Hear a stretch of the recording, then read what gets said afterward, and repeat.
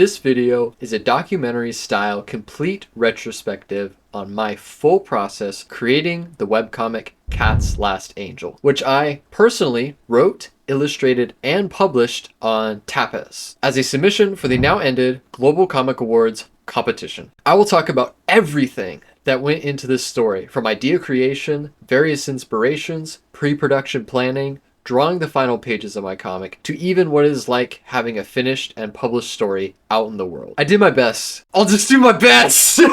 To make this video as thorough as possible, packed with the lessons I learned and resources I think others will find helpful, as well as documenting my own journey creating and later finishing this passion project. With all that in mind, this video is quite long. In the interest of your time, I've organized it into 9 chapters with timestamps for each of them. So feel free to skip around if one of the segments speaks to you, or just take a break and come back later if you want to. I would not claim you have to have read my comic as a required prerequisite to understanding this video, but if you have any interest in the story from hearing me talk about it, do yourself a favor and give it a read. It's free, and I'll leave a link in the pinned comment and the description for your convenience. I go by XaoTheArtist online. Let's go.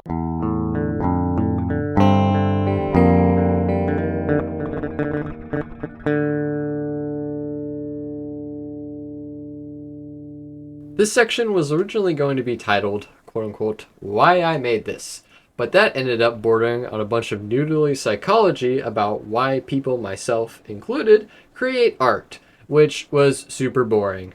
For the purposes of this video, just know that I really like to tell stories with art. I believe a far more useful and interesting place to begin this discussion is examining my intent, or what I set out to do when starting this project. Intent is something I haven't seen talked about much in online art spaces, at least the ones I've seen or am part of.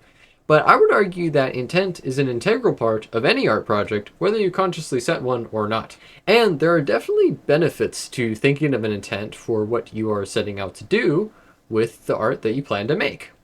A quote from the artist Mugun ties into this quite nicely. A good drawing is one that serves its purpose.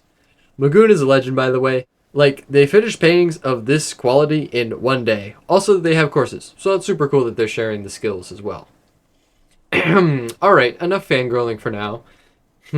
Where was I? Ah, yes. A good drawing is one that serves its purpose. And setting an intent is a way of deciding what a drawing's purpose will be. I have found setting an intent before I begin work, especially on larger story projects, helps tremendously in guiding me. It sort of acts like an anchor point that I can always go back to if I ever feel lost while creating. Since I've been interested in webcomics for some time now, once I had heard about the competition hosted by both Clip Studio Paint, a software that I already use, and Tapas, a webcomic publisher, the intent was fairly obvious. I wanted to make a comic that fit the criteria of the competition and make my entry the damn best entry I possibly could, with a 100% finished story by July 1st, the cutoff date for submission. Plenty of people, however, work on projects with goals that are not nearly as quantifiable as a literal list of guidelines for a competition. But I still think setting an intent is equally beneficial, even in a far more abstract context. Perhaps you have a mood or a vibe that you want your art to convey. Or perhaps you want to tell a specific kind of story, or make your audience feel something. Even not entirely quantifiable things like these can act as similar anchor points, making it far easier to decide what direction to go in, the length of your project, and even what things you may want to include or exclude, which I would imagine is a struggle a lot of people can relate to, with how easy it is to see cool stuff on the internet in many different genres and think, wow, I want to make something like that, and then completely lose all sense of direction. Nothing wrong with that, of course, if you're happy and content to work in that manner. But for the rest of us who wanted to do our own thing and got lost along the way, give it a try with the next project you do. Before you start, take a moment, sit down, and give one really good think about what do you want to get from this, and then try your best to get it.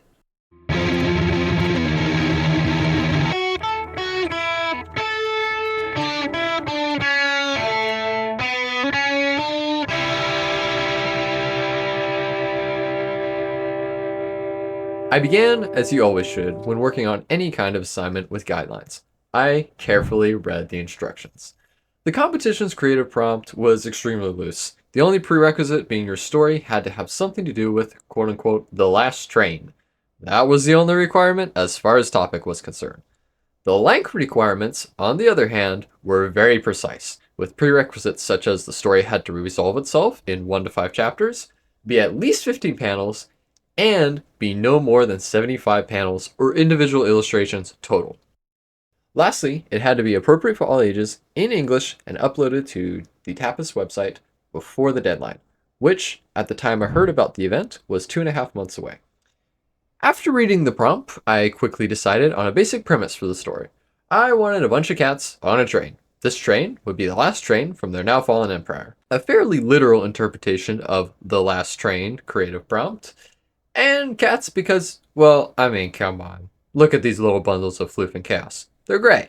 And to add a bit of personal flair, the ending would consist of the main character making the decision to step off the train and start a new journey, even though she did not feel 100% ready yet. Hey, look! That ties into exactly how I felt about the project. Do I feel ready or confident that the project will be both good and done on time? Hell no! But we're going to try anyways.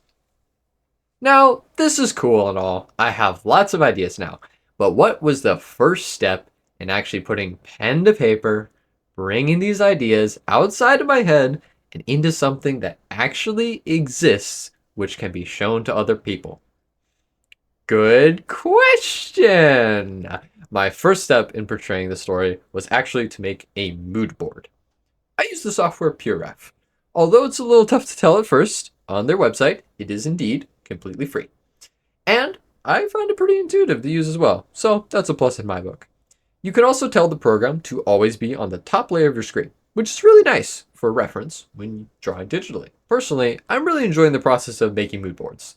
It's something I've only recently incorporated into my artistic workflow, but I find mood boards quite nice as you can easily collage many images and gather references in an organized manner while simultaneously creating a mood or an aesthetic. In regards to how I organize these, it's mostly by concept or color. It's a pretty intuitive process for me personally, like there's no special list that strictly decides what fits the vibe or not. For example, you can see all the Studio Ghibli art over here is all giving a coherent feeling of a mystical forest, even though there are major differences between them, such as the lighting and subject matter. Same with the assortment of spooky paintings and video game screenshots. The only thing that unifies them is that they all remind me of a spooky forest. So, feel free to go crazy. Pull from movies, TV shows, album covers, video games, concept art, photographs from real life. It can be anything that inspires you and adds to the aesthetic, really. Whenever I'm looking to find reference, I usually just look on Google or sometimes Pinterest, but I'm sure there are other nice places to find reference photos. Somewhere. It's also worth noting that I grab photos from both real life and from other artists. Depending on the subject matter you wish to draw and how much you're okay with parts of your art style looking like someone else's, making sure to sprinkle in real life references or ensuring you draw inspiration from many different places may or may not be important to you. I would definitely recommend using some real life references though, as it forces you to think about how you specifically would approach the task of stylizing something. But that's just my opinion. Of course, if you want to have a mood board that is exclusively anime pictures or hyper stylized Western art, by all means, go for it. No one can stop you. Fuck yeah. It's also worth noting that mood boards can be equally useful when designing characters as opposed to settings. I didn't do any character mood boards on this story, so here's one from my current Naruto Dungeons & Dragons character as an example instead. Immediately, at a glance, you can get an impression of what the character is like. Despite only drawing 2 of the illustrations myself, all the pictures contribute to the character quite well. Some noteworthy things I chose to include were where he lives, what clan he's from, his general demeanor and aesthetic, as well as what elements and weapons he has and wields. Before I go over my script writing and sketching process, I want to assure you, I will go on and on about everything on this mood board in excruciating detail in the next section on inspirations, influences, and references. Do not worry, we will get there eventually. After the mood board was put together and I loosely knew what I wanted, I jumped right into sketching and concept art. This is likely because I'm a very visually thinking person, if that makes any sense.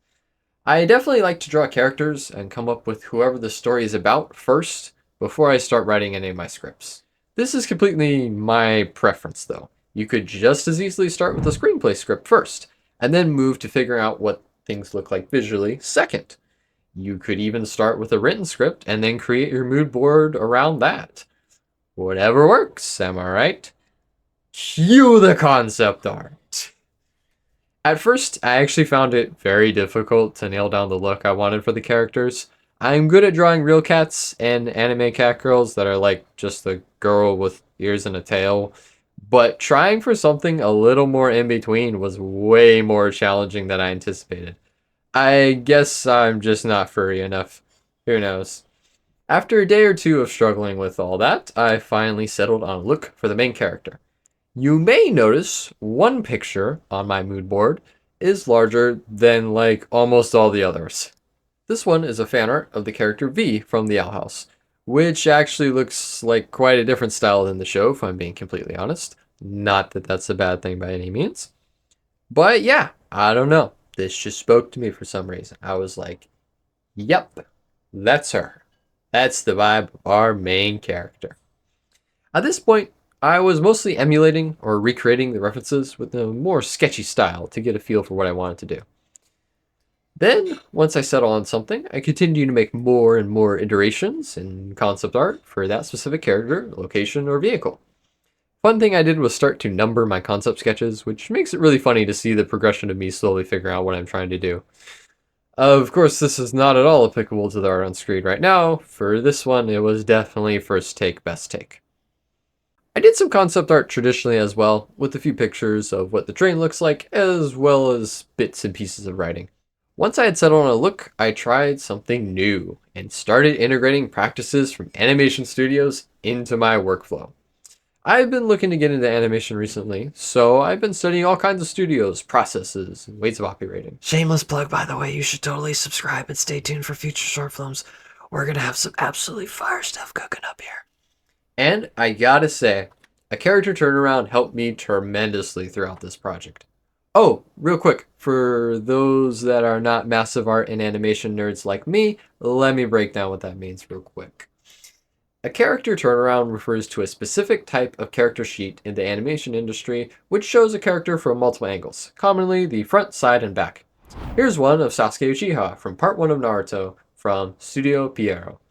There are also expression sheets, which are the exact same thing, but for the different emotions of a character instead. Here are a few sheets from Spy Family, which is a far more recent production by both Wit Studio and Globalworks. That said, it's not that different, bar the fact it looks to be digitally drawn, at least to me. Saying that having a turnaround sheet for my main character was helpful would be a massive understatement.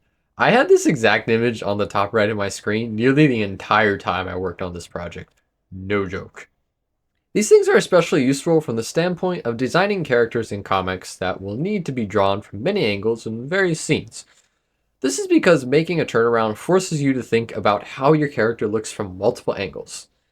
Personally, I find this extremely helpful because I sometimes neglect characters' side or back views since I often focus on characters' expressions when telling the story, which oftentimes results in the character facing or viewing the quote-unquote camera. In turn, making the side and back angles of characters rarely appear. Or appear infrequently enough that I don't practice the angles as much as I really should. Nevertheless, I can confidently say turnarounds help greatly with this. I also made an expression sheet for our main character. Her name is Arya, by the way. I like to push the expressions and emotions quite far in order to get a feel for how a character would look in many different situations.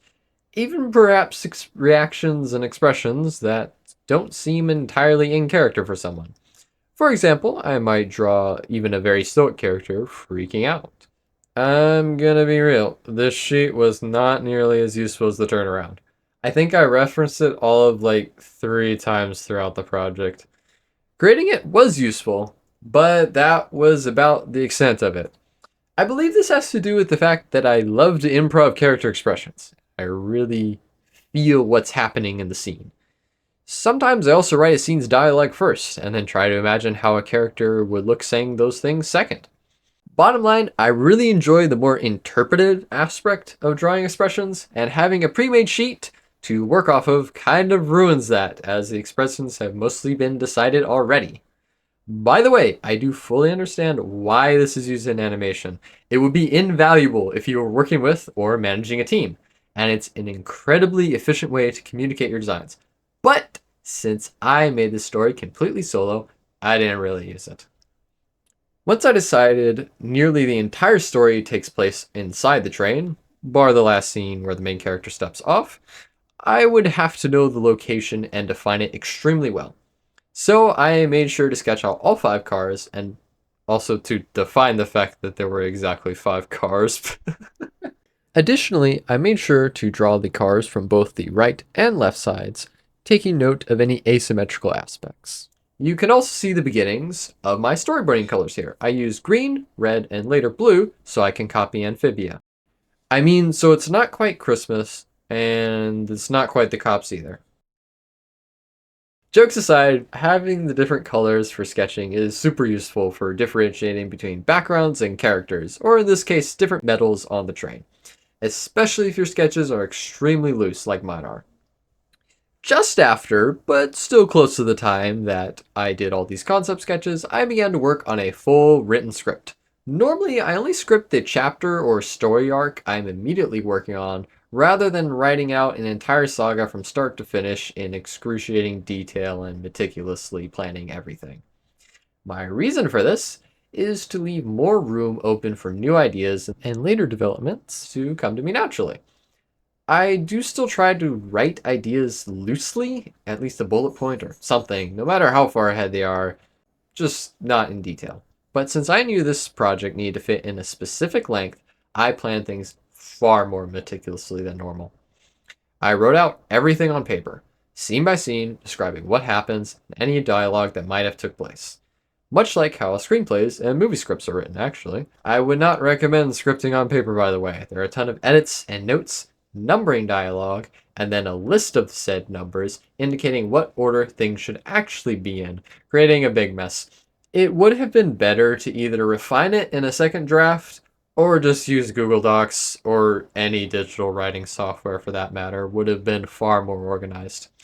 Despite arrows and edits all over the pages, I did finish the screenplay. My writing process mostly consisted of stringing ideas and scenes together into something a little more coherent. Some of the story beats I knew I wanted to hit were having 4 distinct regions, a sword fight, and the main character deciding to leave the train. As I said earlier, I pretty much just go scene by scene, describing what happens, who said what, but I also threw in some quick sketches for emotional moments or other things I deemed important to remember in a more visual manner. It is here where I like to share some of the most applicable writing advice I have come across in recent memory.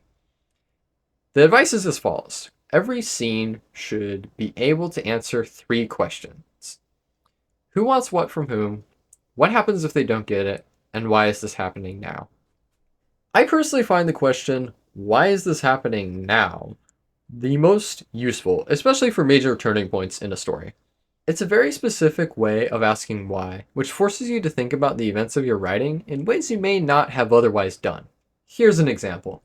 I knew I wanted Arya, our main character, to end the story making the decision to leave the train behind and venture out into the greater world. This would happen at the end of the story, but it begs the question, why is this happening now? And when I initially wrote the script, I had no answer. After giving it some thought, I decided to crank up the post-apocalyptic patchwork aesthetic of the train to 11. And to highlight the fragility of the train further, one of the cars would be destroyed and left behind. In addition, I added a personal element, with Arya being the one who has to detach the car herself. Now, which one sounds like stronger writing to you? After the train travels the 4 regions, and the sword fight plus any other major beats conclude, Arya decides to leave the train and venture into the greater world. There's no specific turning point per se, but I would argue it's still an interesting ending with many possibilities moving forward. Or, alternatively, Arya leaves the train after coming to the realization that the train is fragile and a far cry from the fortress of a vehicle she once protected long ago. This realization only occurs after witnessing firsthand the damage to the back car caused by the aforementioned sword fight. Eventually being forced to disconnect the car herself, she now must reconcile with the reality that the train is no longer sustainable. While the change is scary, Arya decides the better choice is without question to venture into the greater world. A really funny thing about this is it is the exact same result. Arya leaves the train at the end, which is still an interesting outcome either way. But giving a proper answer to why this is happening now made all the difference, at least for me. I got this writing advice from a Dungeons & Dragons advice video of all places. It was a video by the channel MapCrow, talking about how to make good factions for your tabletop RPG setting. The video specifically was titled World Building, Fix Your Factions. And once I went back to make sure I was quoting him correctly, I found out MapCrow actually got this advice from a book by David Manmit, titled On Directing Film. I have no idea if the book is any good or not, as I have not read it myself. But that one line definitely helped me. So, congratulations! You have now benefited from information 2 times removed from its source material. I would like to take a moment to point out something. This is all still preparation. At this point in the project, not a single panel of the final comic has been drawn. Not even a proper storyboard with the final layout of the panels has been decided. All of this effort was put in before even starting. Let us continue onward.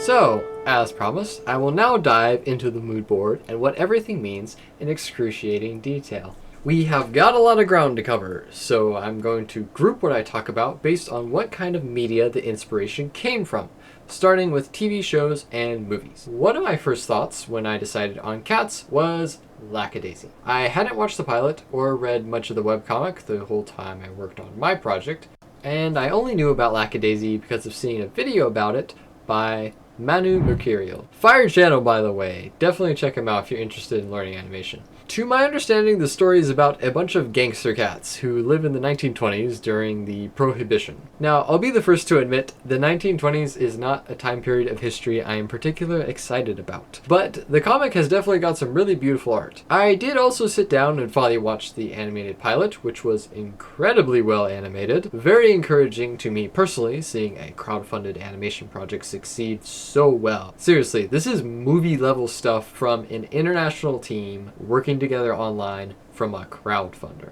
That is cool. By the way, I will be linking as many of these things as I can in the description. It is probably going to look like a whole treasure trove of stuff once we're done here. So, if anything catches your eyes, please do yourself a favor and go check it out. Oh, also, none of the links to other properties are sponsored or support me financially. I just really like this stuff. Like many artists all over the world, Studio Ghibli is a huge inspiration to me. The 2 films in particular that influenced this project, however, were Princess Mononoke and Spirited Away. Both phenomenal movies, by the way. Would 100% recommend to anyone who has even a passing interest in animated films. We will circle back to Princess Mononoke, but Spirited Away definitely inspired the train. For example, this concept art was directly based on this frame of the movie. Fun fact, it's sort of an early version of this panel in the final comic as well. This was probably subconscious, since by the time I was working on Cat's Last Angel, it had been several months since I saw Spirited Away. I don't have any memories of referencing this picture on my mood board, but the train being on water in Spirited Away definitely made an impression on me. And that idea, whether I consciously borrowed it or not, definitely took my opening scene to a whole nother level. Over here, we have some fan art from the She-Ra reboot, where everything got out of control while I was trying to figure out my cat aesthetic. I swear everything was so organized with a vaguely box shape, and then just over here it completely spun out of control.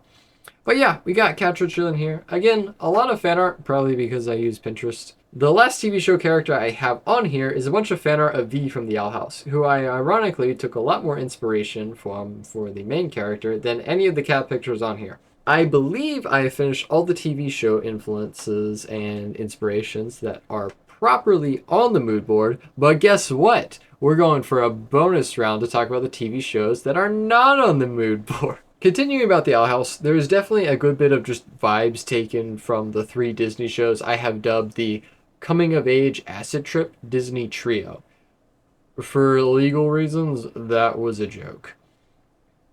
The trio being Gravity Falls, Amphibia, and the Owl House, which all have growing up themes and some wild visuals at one point or another. I recently watched all of those in reverse order that they came out, so yeah, that's been bouncing around in my head, which inevitably bleeds into my writing. It's worth noting too that I watched both Dune movies recently, which I quite like their take on sci-fi sword fights. Not much bait to the final cut of my comic. More on that later. But I do love me some sword fights, and it did help me think about how to integrate that into a more futuristic tone. Well, on this topic of sword fights, Samurai Jack is here, more specifically the pilot, because that's the only part that I watched.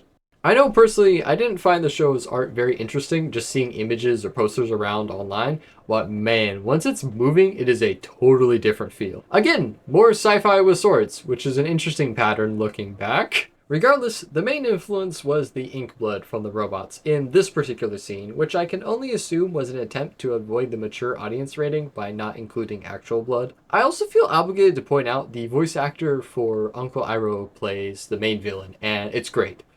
Rest in peace, Mako, and thank you. Absolute legend. On a much lighter note, Mao Mao Pure of Heart, a Cartoon Network show which ran from 2019 to 2020, is an interesting source of inspiration at that, because I only watched 1 or 2 episodes before I kind of decided the show was not my cup of tea, or coffee, or whatever you're into, I guess. That said, I absolutely love the way the main character's cloak is drawn sometimes.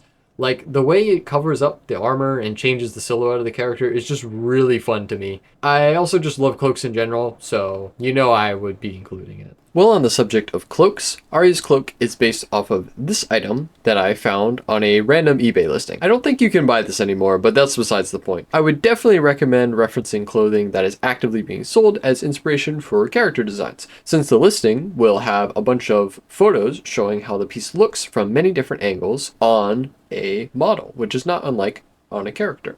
Well, that is, if the person is any good at trying to sell you it.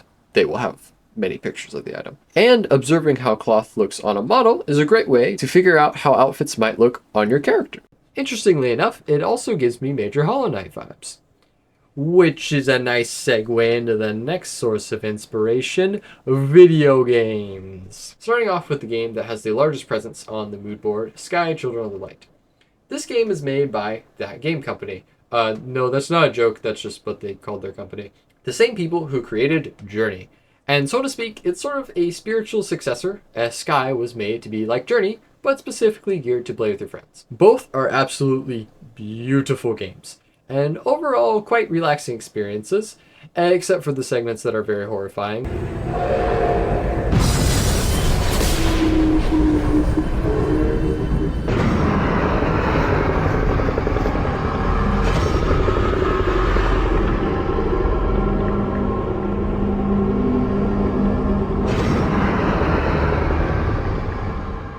But that's besides the point. It's hard to describe the feeling of playing these games, but the best I can do is to say the music, sound design, art direction, masterful movement mechanics all come together to really make a special experience that is truly beautiful art.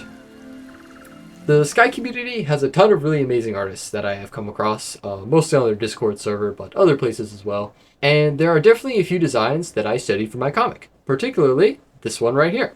Before I move on to the next game, I want to briefly thank the devs of Sky, as this game is very special to me. I've played a few online games, not many though, but Sky stands out to me as an example of what online spaces could be.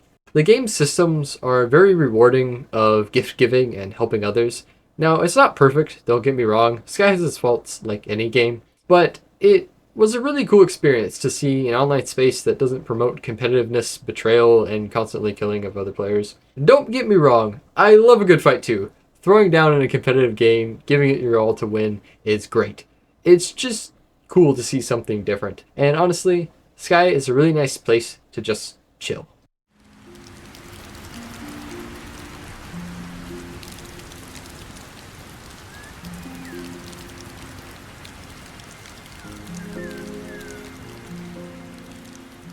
While we're talking about that game company, well, it's not on the mood board. Journey will pretty much forever be a source of inspiration in how I make art.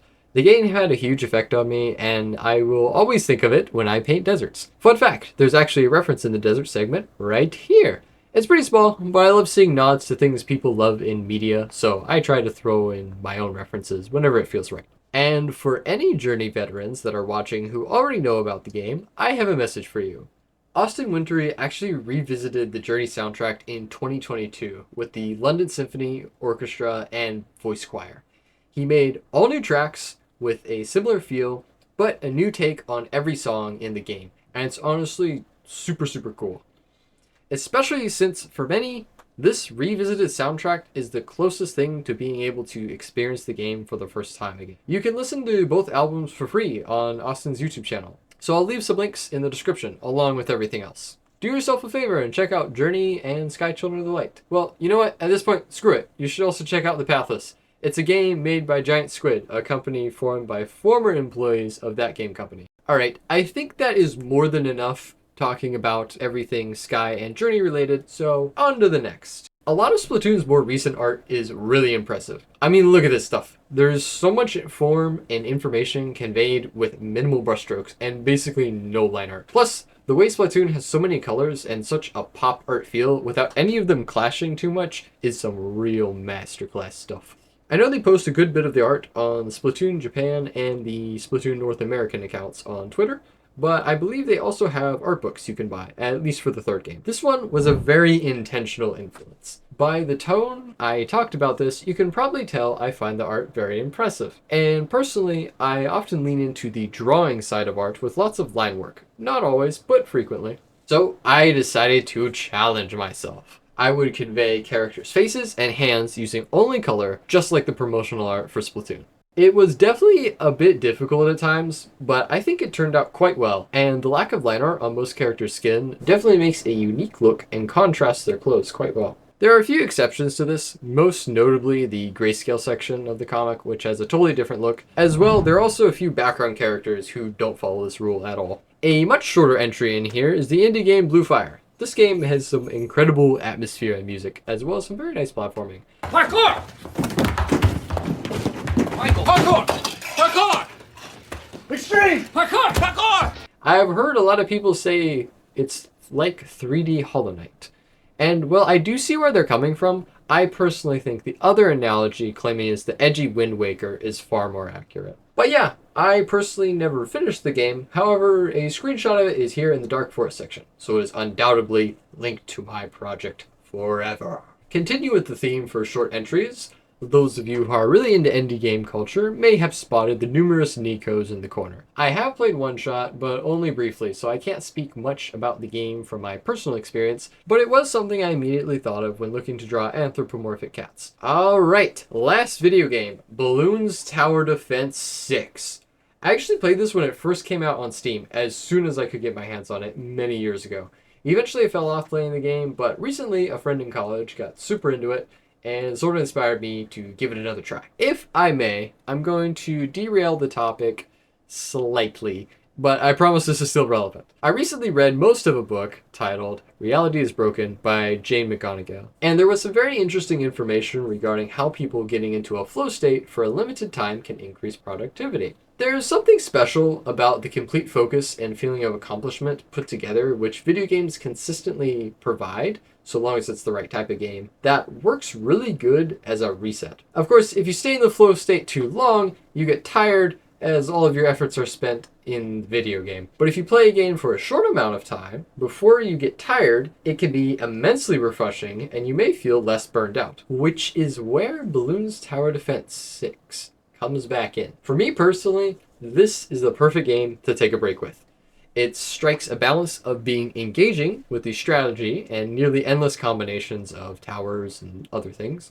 But this is also a game series I've been following long enough that I am comfortable with the mechanics, so it's generally not too annoying of a learning curve and rarely pisses me off. On top of that, on the hardest difficulty, it takes just around an hour to complete a map or one full game, assuming you're not using weird stalling strategies.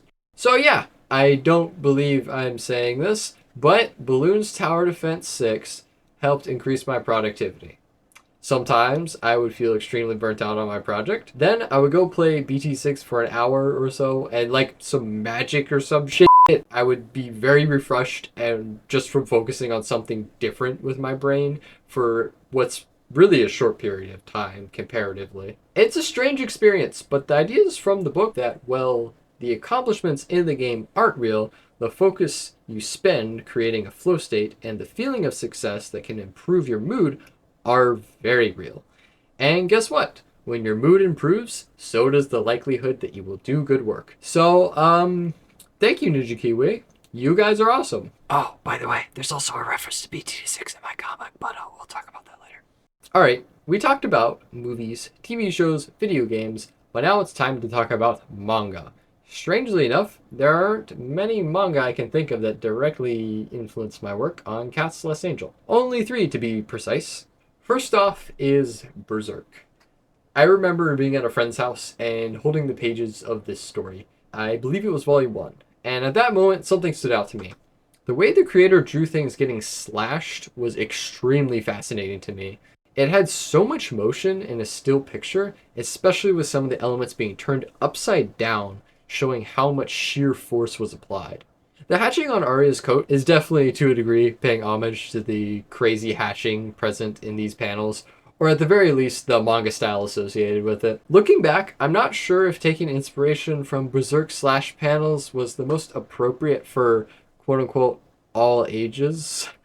Even if I went full Samurai Jack and used robots and oil instead of blood, I don't regret it though. I'm glad people can see my strengths as a manga slash comic artist who does action. Second, we have the original Dragon Ball, particularly the way nearly every single one of the covers is done. Toriyama uses a really cool technique where he draws a box and then has a character or object spill outside of that box.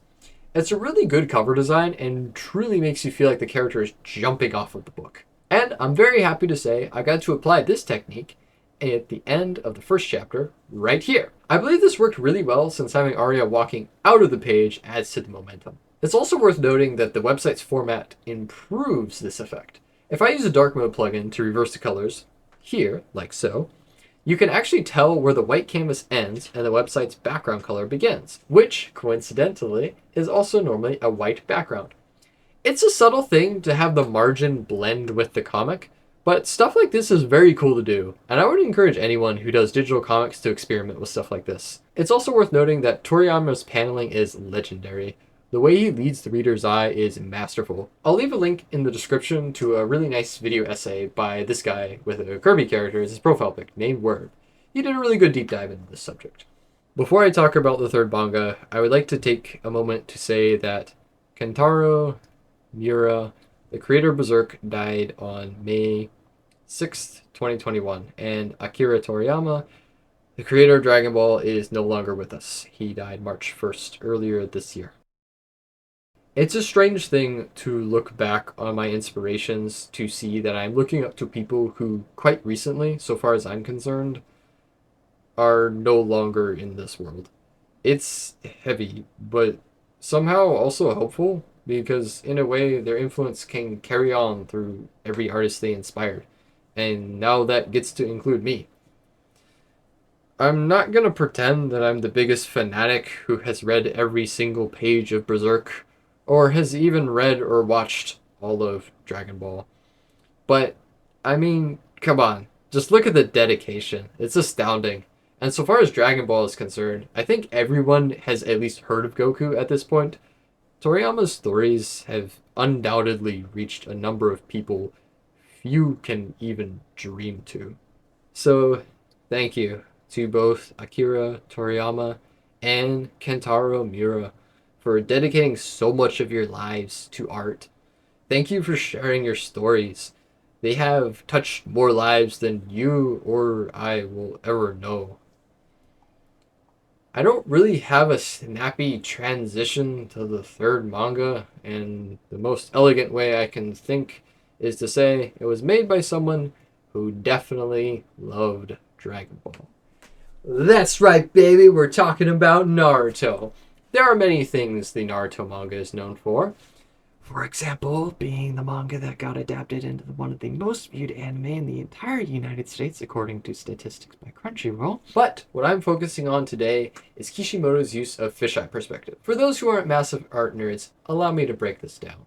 Traditional perspective in drawing, such as 1 point, 2 point, and 3 point, aim to emulate how things look in 3D space. If you want to get technical, you could also say these methods of drawing perspective create the illusion of humans' binocular vision, as in how you and I see the world. Fisheye perspective, on the other hand, is one of the many ways you can use perspective that does not emulate human binocular vision. You could see with these examples, the art almost looks warped in a way that has a very interesting feel to it. With all that said, I've recently been enjoying incorporating perspective that does not follow the rules of human vision. Well, I wouldn't say it's exactly fisheye perspective. It does have its similarities. For example, this scene here. Is it realistic that the train sort of warps around the character like this? Hell no. Not at all. But I think it looks super cool and accentuates the distance between the two combatants quite well. I think a big factor to these kinds of things looking believable is their internal consistency. If fisheye perspective may not recreate how we see the world, but it is very consistent in how it portrays the world. But yeah, warping perspective around can be super fun. I definitely would encourage you to try it out if you haven't already. With all that, we are nearly to the end of the inspirations. That said, there are still a few more. So, let's continue on. I believe technically I should have covered most of this information at some point in previous sections or in future sections, but I wanted to quickly go into what each of the 4 regions were based off of in a little more detail. The first region, codenamed Flooded England, or Rocky Shores, is based on the many rocky shores of England, Ireland, and the surrounding areas. An interesting piece of this is a friend of mine, who shall remain nameless, actually went to England quite recently, so I got to see a ton of really cool pictures that inspired me, or at least got me thinking about the area. The Dark Forest, the second region, is mostly just random art and online paintings, and a few video game screenshots as well. I distinctly remember just looking up Dark Forest on Google to see if I could find anything with a similar vibe to what I was imagining. Perhaps some Mirkwood vibes thrown in there as well from Tolkien. But it's a bit of a stretch to say that since there isn't really much more in common aside from maybe the forest being dark and slightly green. The third region I did was a desert. This one was mostly cut along with the Reflections chapter, which would have been chapter 3, and the current chapter 3 would have been chapter 4. I was going to have a good bit more time dedicated to the thoughts of our main character after the Dark Forest, but I wanted to make sure I was well under the panel limit, so I trimmed it down to be part of the third chapter. There was also going to be a good deal more Greek and Roman inspired architecture in this area, since I wanted to do something interesting and different than just rip off pyramids. You can actually see a few pillars and ruined stones in the final comic, which is sort of left over from this idea. The desert is also heavily inspired by Journey. You can probably tell by the fact that there's a Journey reference in it. Also, Journey is such a beautiful game. It's probably just burned in my mind at this point, and so I just think of it whenever I paint deserts. Lastly, the Ghibli Forest, which by my code name you might be able to deduce, I was directly inspired by Princess Mononoke. I even decided to go back and watch the film again with my brother, this time to review right before I did the painting of that region. I also did a good bit of nature hiking, so actually being around real life trees definitely contributed as well. Okay, Editor Zhao here. I cannot believe I did not mention this in any other part of the inspiration section, but the dragon is very much inspired by this picture right here on the Global Comic Awards website. It's right there on the front page. It looks to be a long, the more Eastern concept of a dragon. It gave me huge Shenron vibes, Has this really cool blue, ghostly, kind of translucent feel to it. White line art, so kind of color flipped from the other things in the piece. I just thought it was the coolest thing ever. So I decided to put my own take on it in my story. I really like the deer horns as well. And since it was a long, the more Eastern concept of dragon, I took some of that kind of mythology and made it a very sagely character. Speaking about my sources of inspiration would not be complete without talking about how I included my personal real-life experience into the story. Coming at this from the perspective of someone who had worked extensively on comics before, but didn't publish anything because at the time I didn't feel comfortable charging people money for an unfinished story. Heck, you could even take the money out of the equation. I wasn't comfortable even publishing an unfinished story for that matter. So you could probably see how uncertainty was reasonably my general feeling about taking on this project. In 2.5 months, I would have a finished comic. Keep in mind, a new finished comic, not something even remotely associated with any of my other current story projects. There's a very real and strong uncertainty when committing to something like this when you aren't even sure what your story will be about yet. I also had a very all or nothing attitude towards the project, wanting to make it as good as I possibly could. So I definitely wondered about whether I would be able to achieve the quality and length I wanted within the allotted time I was given. Between hearing about the competition quite suddenly and deciding it would be a completely new project, there was a genuine fuck it we ball attitude, you know? Just something along the lines of, well, apparently we are doing this, and we will make it work. And it will be finished and published by July 1st. My attitude and mental state actually mirrors Arya's even more so than I initially thought when writing the comic. Looking back, it's really interesting, the parallels. We both looked around and gathered some information. I looked up the competition requirements, and she asked if there's anything in the surrounding lands. And then, despite any other concerns or uncertainty, we just went for it. And I think that's a really cool portrayal of a human experience, which has the potential to reach people on a deep level.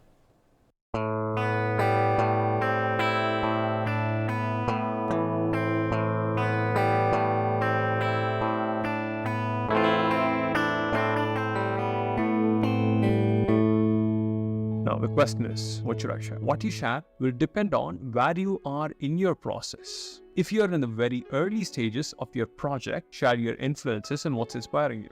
Simple. If you're in the middle of executing your project, write about your methods and share your work in progress. Simple. If you've just completed the project, show the final product. Share the scraps from the cutting room floor and write about what you've learned.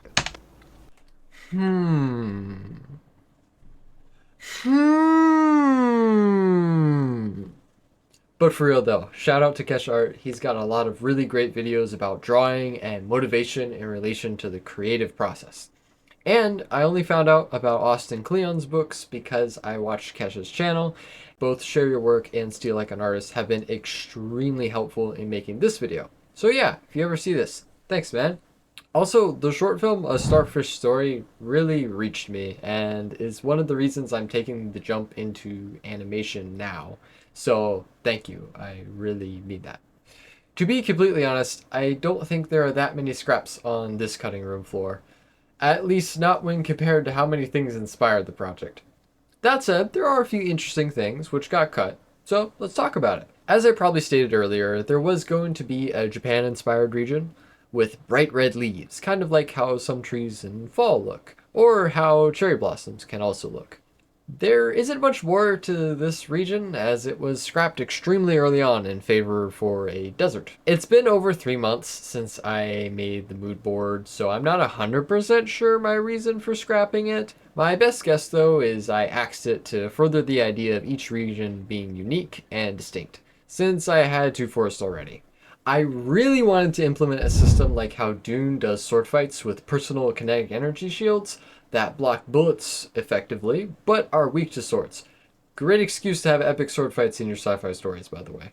I also wanted to expand upon the idea that the katanas are electrically charged, but it wasn't super important to the immediate story that I wanted to tell, as Arya only swings her sword once.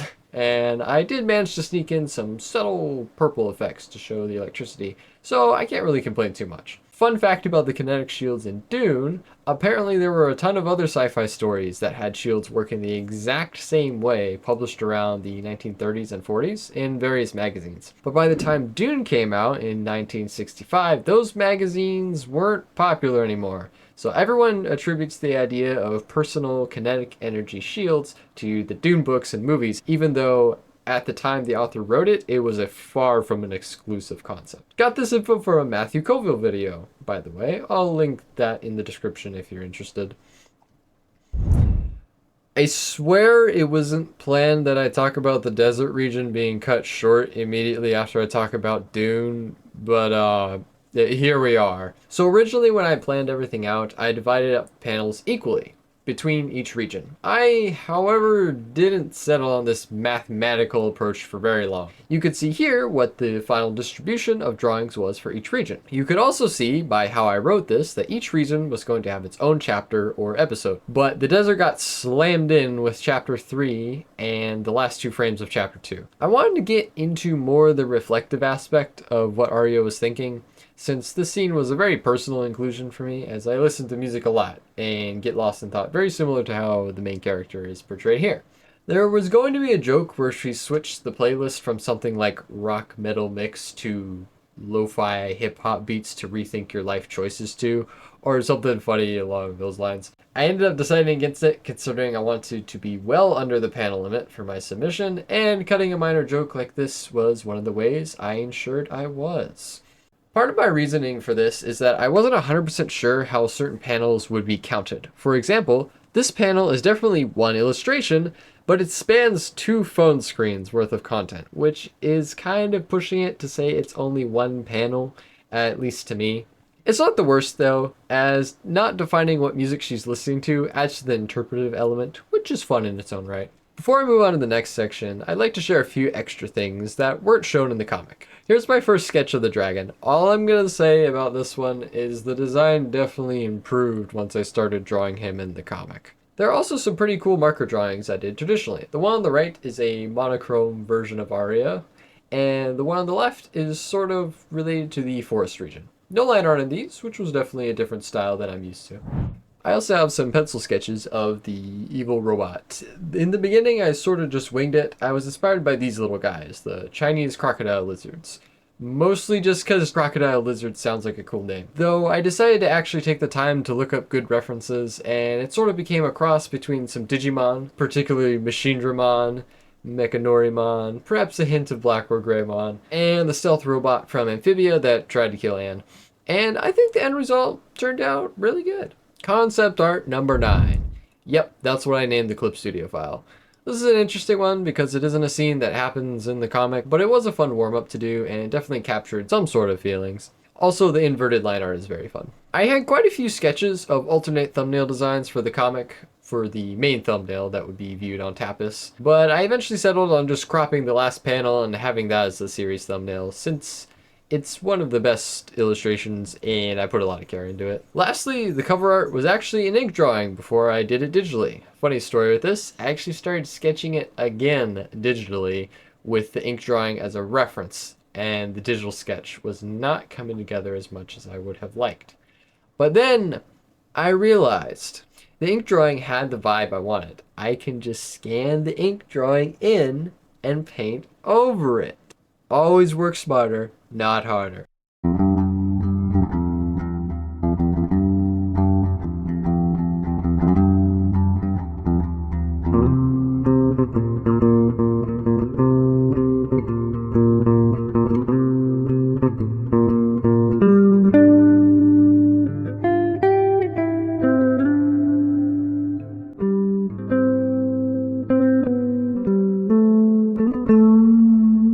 Okay, this segment's going to be pretty short, just a few Easter eggs and little really niche things that I want to talk about, and this is probably going to be the only time I get a chance to talk about them, so here we go. First is the translation, which is in English on the bottom and Japanese on the top. So in the Japanese, it still reads Cat's Last Angel, which is the name of the train and also the name of the comic. But on the bottom, there's like little spray paint effects. It's supposed to look like it was graffitied on with spray paint later. It was not the original language that was written in. I feel like it could have been implied a little better, but here it looks very nice. It looks more like it's dripping down on the cover art. And there's a British flag because it's kind of supposed to be implied that someone who really was a big fan of English tagged it on and spray painted it later. But yeah, I thought that was fun. That was a fun way to integrate the English translation with a little more story rather than just printing it on there. Okay, here we go. We have one of my favorite heroes from Bloons Tower Defense 6. He's on the train. He's just chilling, listening to music. Not too much, he's just chilling here. And yeah, he's one of my favorite heroes. He's a drone pilot monkey, which is pretty fun. Also, I will never get over how funny it is that one of the skins for him, instead of being a drone pilot, he's just a bookworm. He's just a fantasy nerd who has a bunch of imaginary dragons, and I just find that endlessly hilarious. Okay, so this symbol on Arya's shirt and coat, as well as a few of the other cats' uniforms, this is a reference to something I find it really funny because there's absolutely no fucking way anyone would understand this because it's to something I haven't published yet. But it's the same symbol as this guy. It's the same symbol as a faction from a different comic I'm working on called Sparks, Light, and Shadows, who go by the Hunters. And it's just that symbol, but with wings on the side. That was a fun reference. But yeah, again, not even published yet, so there's no way anyone would get that. But I still decided to include it anyways. To my knowledge, I don't think that symbol means anything, but, who knows? Maybe we'll find out later. Okay, here we have another character from a different comic whose name is Bro Weeb. He's from a comic that me and my brother are working on. I think you should be able to find some art of him on my brother's YouTube channel with music. I believe, yeah, that's out there. But yes, he is here. He's chilling with some ramen. He's chilling. Okay, continuing with the music theme, not entirely intentionally, but continuing with it regardless. The sound system that Timothy is speaking on, these are actual frequencies. Like if you pulled up FL Studio or any kind of DAW or music workspace and put a EQ plugin on, you would see numbers similar to this, or at least you could move them. I don't know if these levels would actually sound decent in a mix if you actually put these levels. I don't know if that was actually good. I didn't think it that far through, but the little sticky notes, those are correct frequencies, and it's just a music production joke if you're really in on that. Now here's a fun one. This shows the monitors. This is actually the concept art of the train on the display, on his display, which is very fun. It shows like kind of the integrity percentages and shows that this car is destroyed. But yeah, it's actually this picture, which I believe I showed way earlier in the video in concept art stage, and that is just kind of warped and plastered onto the monitors. Now back to this though, this is the peak of the gibberish fake language, which is just for fun. It doesn't actually mean anything. It's like hiragana, which is phonetic symbols in Japanese.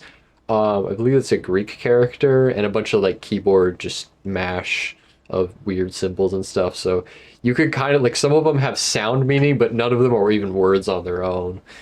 But yeah, it's just a fun thing. I think it just looks cool as an aesthetic. It's not actually a proper language, but yeah, it's a fun weird gibberish language that I came up with.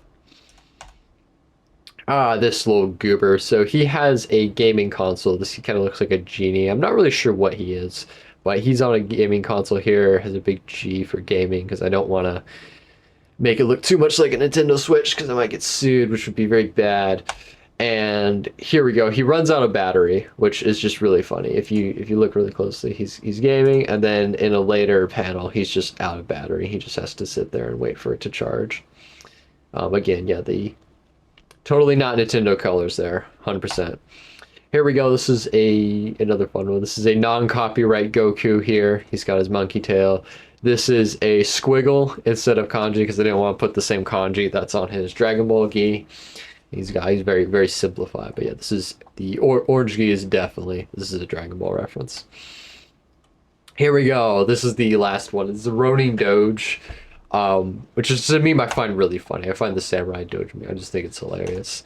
Specifically this painting, which is just it's way too good. It's way too well done. But this really it's inspired me, so I just put a Ronin samurai doge in here, and we also got a rogue paw headband. Which if you watch Naruto, you get that. And that would be funny. But yeah, that about wraps it up for that section.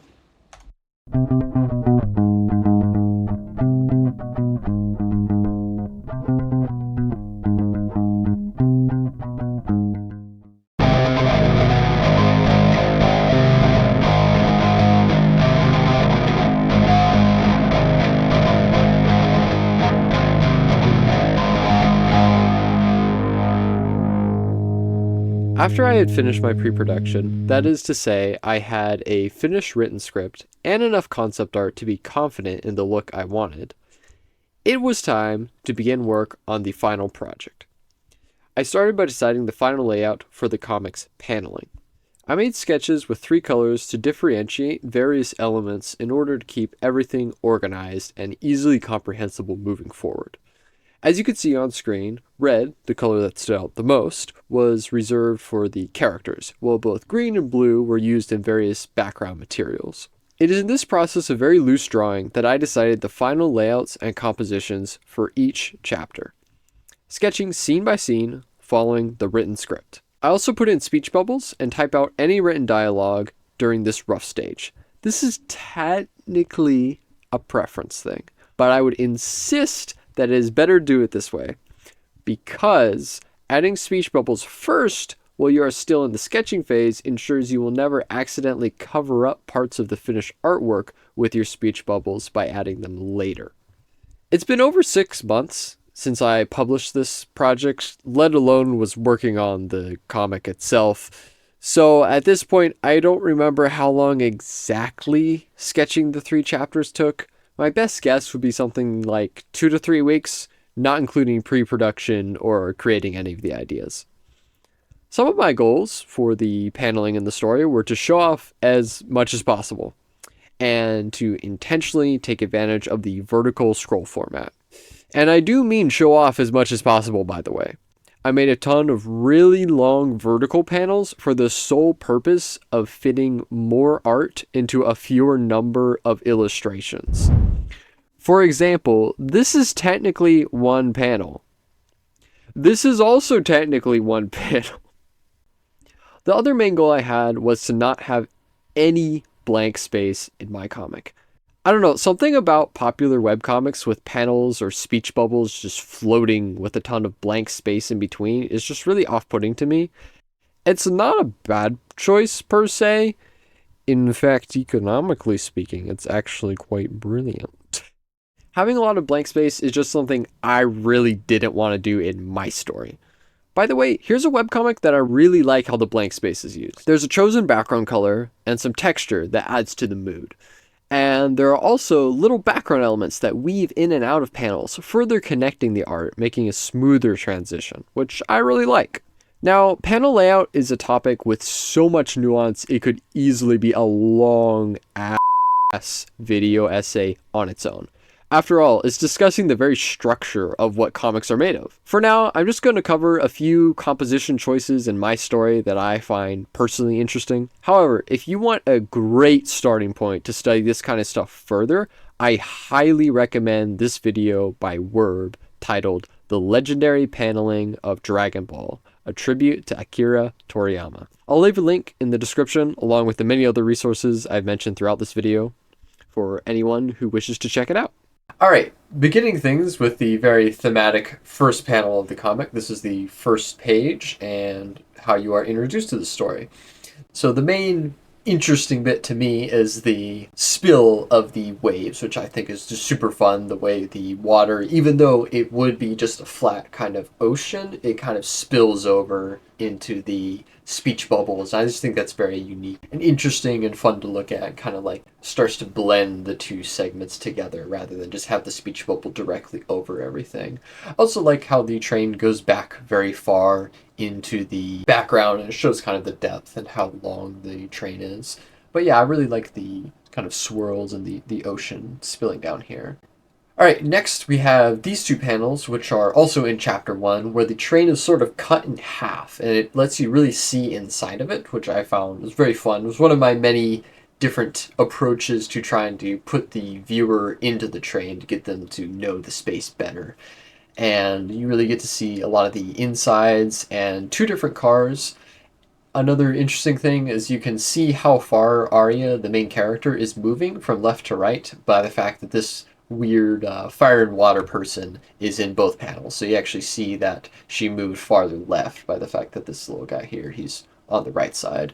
There's also where Arya, she is moving both left in the space of the car, as in she's farther along, but she's also moving more left in the space of the composition of the panel. So it kind of furthers that right to left momentum. All right, here is the last panel of chapter 1, and I really put a lot of work into this one, and I like it a lot. It is a picture of Arya heading towards the back of the car. She's like gaining a lot of momentum. She's going to check something out, and her cape, which has all this hatching and like a lot of flow on it, is being lifted up, and that really emphasizes her movement going forward. And then the big thing is the little bit of the panel break, the kind of foot popping out of the panel and breaking out of the picture, and it really looks like she's stepping out of the page, which I just think is just super cool and accentuates the forward momentum. Here in chapter 2, I think I have a very interesting way of portraying a character picking up momentum and traveling a pretty sizable distance. So Arya, the main character here, she walks through and runs through all of the cars, eventually kicking down the door right here and ending up in the back car. And there's a couple things going on here which I think are very, very cool and interesting. So it starts off where she's kind of getting a little bit of momentum. You see she's walking, maybe a light jog, and then her cape starts to flap up and fly up a little bit more, and you see she's picking up more momentum. There's also a lot of hatching going from right to left on the character. And then here, it's almost like the coat is being stretched a little bit. It's a little bit exaggerated. It might have even gotten a little bit longer. And she's really picking up momentum. And then here, she's actually broken out of that box format that the previous 3 illustrations were, and she's kicking down the door. But not only that, she's also, if you look at it, she's not only just moving from car to car, she's also moving from left to right on the canvas, so the composition. So she starts up here, and then she's sort of like in the middle here, and then by this page she's actually down here. She's towards the right side, the right sort of third of the composition, and then she's breaking out of the panel. So it's a very cool way to show a character traveling, not just the background moves, but they're actually moving, and it's a very interesting sequence. There's a lot of really cool stuff you can experiment with that in comics. And I always find it very fun and interesting to do stuff like that, since you can get a surprising amount of just momentum and feeling of motion for like such a static medium that doesn't literally move. It's also worth noting this segment looks a lot better on like a mobile phone where you can flip it. I'll probably flip it for the video just so it looks better, but it's not unreadable if you're on a computer. You can still tell what's going on. This one is really cool because it's like a fisheye perspective or like a wide angle lens where you get this really weird and almost like ominous kind of warping effect on the walls where everything kind of just curves around. And you can also see there's a lot of light and dark here to the point where like the text had to be color flipped actually because it was so dark you couldn't have like a just black text on the screen. These two characters are going to fight, and this shot really establishes how far away each of them are, which is actually really important information for fights, because if one character closes the gap between them and you know how far the gap, then you actually are inferred how fast that character is, which is very important to know in gauging like how powerful they are and stuff. There's also a lot of just light and dark, like this box is very gray, this is the kind of, all these suitcases are very gray, and then things sort of get lighter. You have like pure white here, with just a little bit of hatching on like the main character, and there's sort of that clash of opposing forces with that. I think it really accentuates the two sides about to clash. Also, fun little Easter egg if you're into samurai film. She's doing the thing with the thumb on the handguard. All right, we have this panel, which I know I have talked about at a different part of this video, which annoys me, but I'm going to just suck it up and repeat myself because someone might be skipping around and we want to include those people too. So right here, a train car has been disconnected and the train is kind of like just hurtling forward, and the car that's been disconnected is being left behind and left in the past. And so I decided to measure it out and make sure that if you're on a phone or a computer, you have to actually physically scroll down to see the other car. And I'm very proud of this. I think it's a really cool use of the scroll comic medium. The fact that it is a webcomic and it's hosted on Tapas, something that has the very vertical scrolling format. And it just kind of forces you to really feel the distance between the two cars, because you have to actually physically, scroll on a mouse wheel or swipe down to see what's going on fully.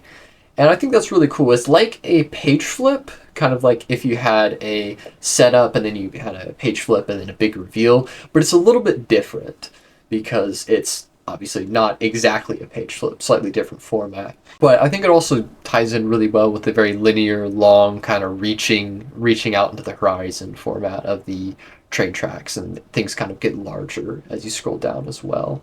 Here we go, this is a bit later, but this is basically the same as the second set of panels that I showed you where the train was cut in half, but instead of chopping it in half, it just kind of like tore off the roof, and there's this kind of tearing kind of effect here. And I think it's very interesting. It's very much more like top-down view. It's not exactly top-down. The perspective is a little strange, but I like it. I think it gives you another way to kind of feel out what the space looks like and feels like. And then last but most certainly not least, we have the dragon at the end, who's I think turned out really well. I think it looks super mystical, very Shenron-esque, I suppose. He just is so important. He just breaks the paneling like just completely. He just bleeds over into the panels above. I believe he bleeds over into the panel below. And that's a really cool way. You can really emphasize something that way, where a character or an object really like breaks out of the comic. It really makes it feel like they're flying off the page, which is just a super cool look. It can get really muddled and look kind of like chaotic and weird if you use it too much. Like you can have it really ruin the structure of your comic. So I would say use it like a very spicy seasoning in your cooking. If you put a little bit in, if you put it every once in a while, it's going to be really cool. But if you do it too much, then it's just going to set your mouth on fire. It's going to be difficult to read. But yeah, he definitely exhibits that bleed over the panels. As I mentioned earlier, there's a ton more that could be said, but I think those are some good highlights. And I think they're good examples of how I try to see each scene as an opportunity to experiment and to try to come up with new layout ideas. Sometimes I try to integrate any film knowledge I have as well, since framing a comic panel can be quite similar to how a cameraman would frame a shot in a movie. I also like to try and imagine scenes as vividly as possible, sometimes sitting down for like a pretty substantial amount of time just thinking about what the scene would look like, which definitely helps when trying to capture a certain feeling.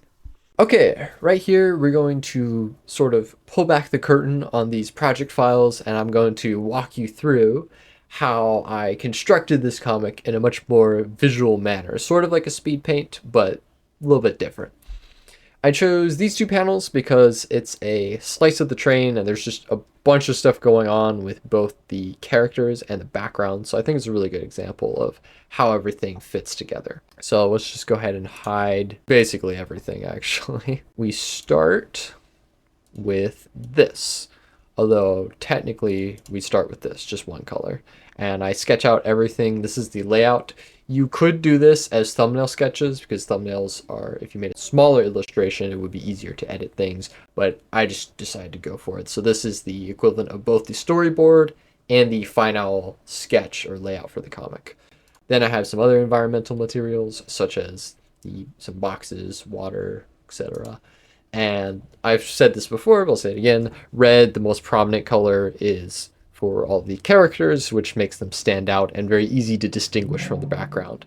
There's also a few other things like these pressure gauges and batteries, which it really helps to have multiple colors to sketch because otherwise it would kind of end up looking like a total mess things get harder and harder to distinguish like that, and multiple colors just makes it way easier. Same for like these cables. It could really easily get messy if it was just all gray or something. After I have that all done, I lower the opacity by an arbitrary amount, just enough where it's very low. And I get into drawing, which if we go in here, let me hide a bunch of things, such as the background and most of the assets on this character. This is generally what characters look like when I draw them. So after I get the sketch, this is sort of the refined version. There's line art, no color. This is just kind of how I think for this kind of stuff, because I like drawing a lot rather than a more painterly approach. Although I did go more painterly for the skin, which was a bit tricky but very fun. So you notice like right here, there's no line art on the skin, which means when I do fill that in, I have to actually decide the whole shape there. I don't decide the shape with lines. We go from here, we keep adding more flats and more color. Anything else that needs to be added, the eyes and everything would be drawn on their own separate layer. I like to separate things as much as possible. It helps a lot for like expressions and things. That way you can, if you ever like realize you need to go back and change something, it's very good to have good organization. Hatching is also considered part of coloring, at least in my process. And then I go for one final pass for the hair, which is just a little bit of painting. Nothing too crazy because I had to get this comic done really fast, so I didn't go for too much like lighting and crazy effects and things. But yeah, that's how a character gets constructed, fully rendered in this comic.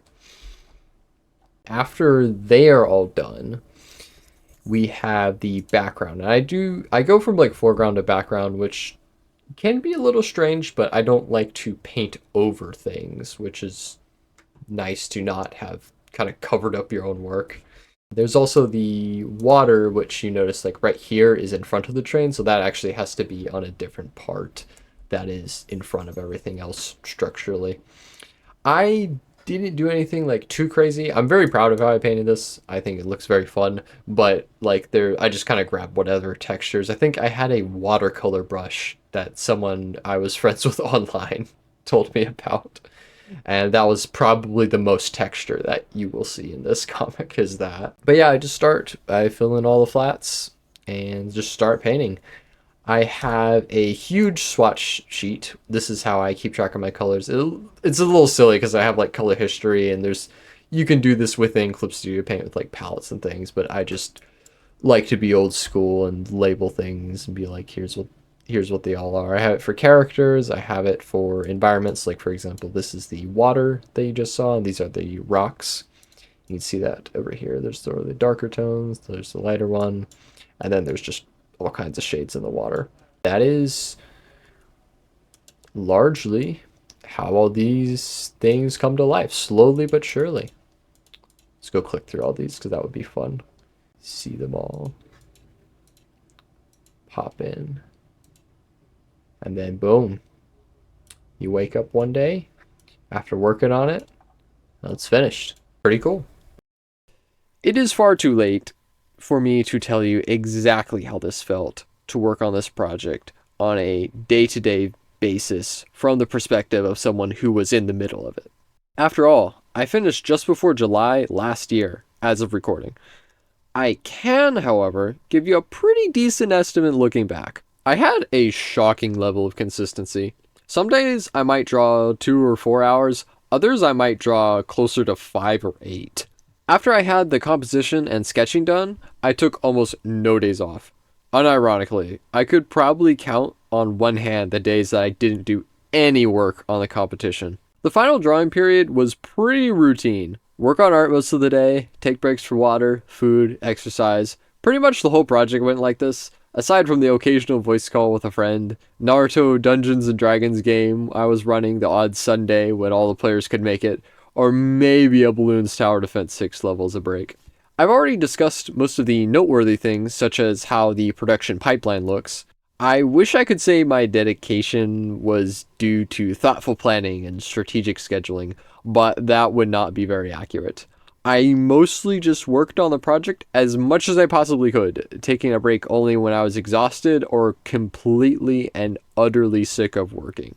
After the storyboard was completely finished, I did some quick maths and figured if I did one panel a day, fully colored, I would be able to finish on time. Note that I started mathematically planning partway through the project. Do not do this.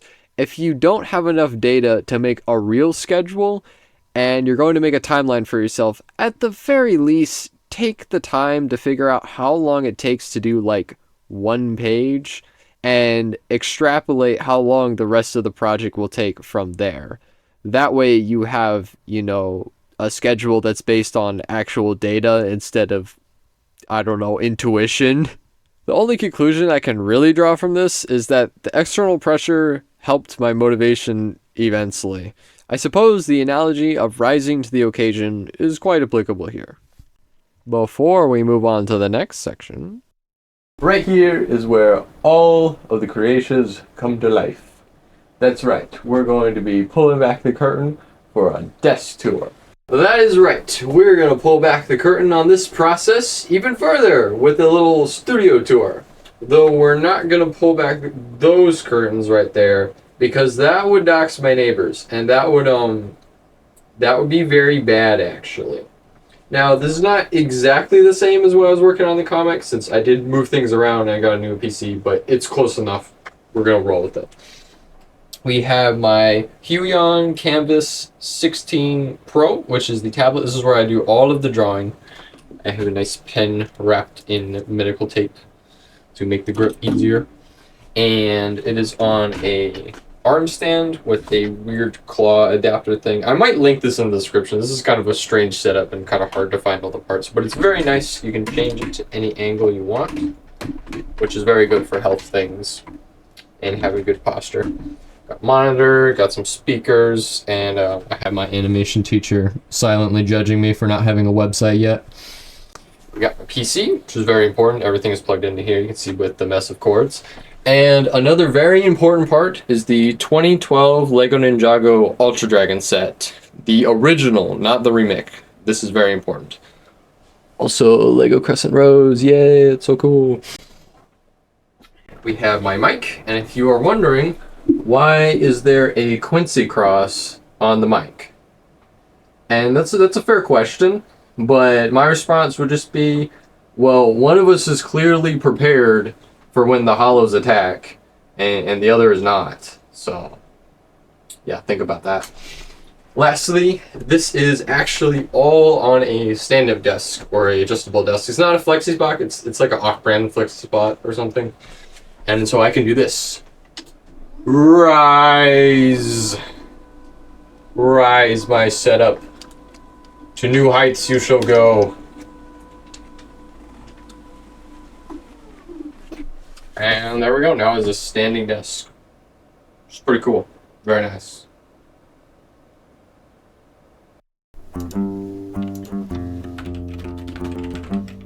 Damn it.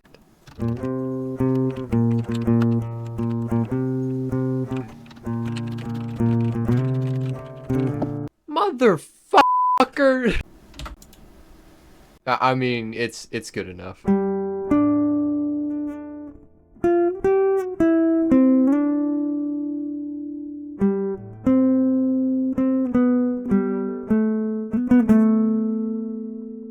There aren't a ton of things that I would do differently, but something I would definitely change my approach moving forward is my file structure. About halfway through the first chapter, I realized I could make my layer organization so much easier given the repetitive nature of comics. You probably have already been informed that naming and organizing your layers is important for digital art. Looking at you, layer 7, copy number 13.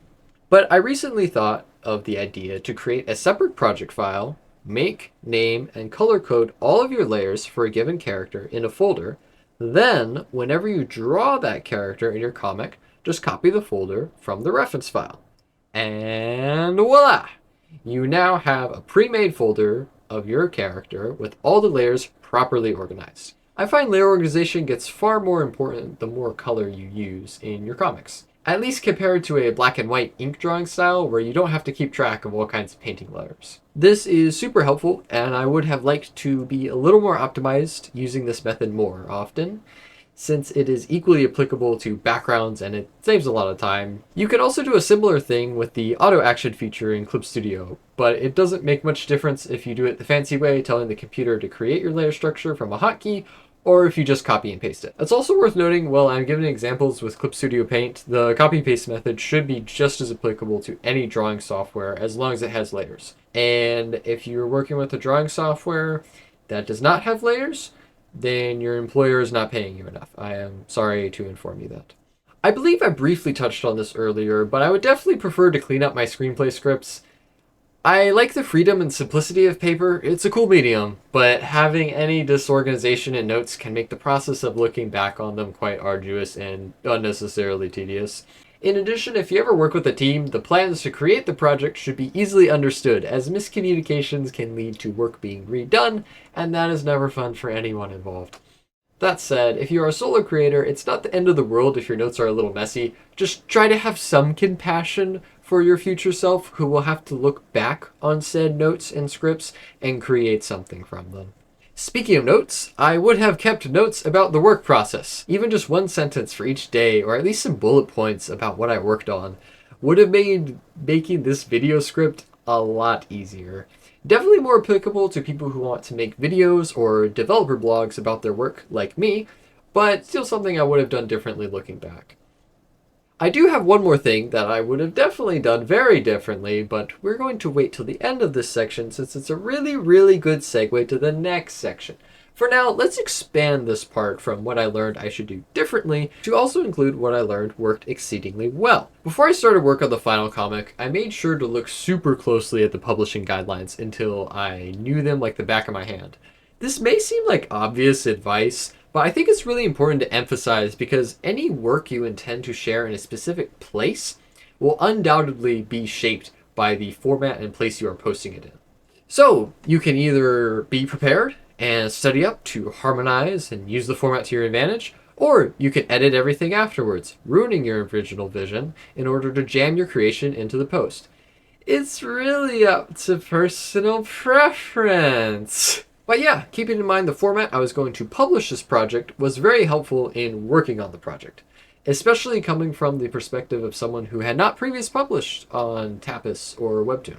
While we are talking about formatting and scrolling webcomics, Clip Studio Paint has a super useful feature that lets you preview how much of your comic will be visible on a phone screen's worth of space. This is very cool since you can plan out special stuff like this scene in Chapter 2, where I know someone will have to scroll down to see the entirety of this single illustration. By extension, making them really physically feel the distance between the two train cars. By the way, to enable or disable this preview in Clip Studio, go to the top menu, click View, then towards the bottom half of the drop-down menu, click On-Screen Area Webtoon.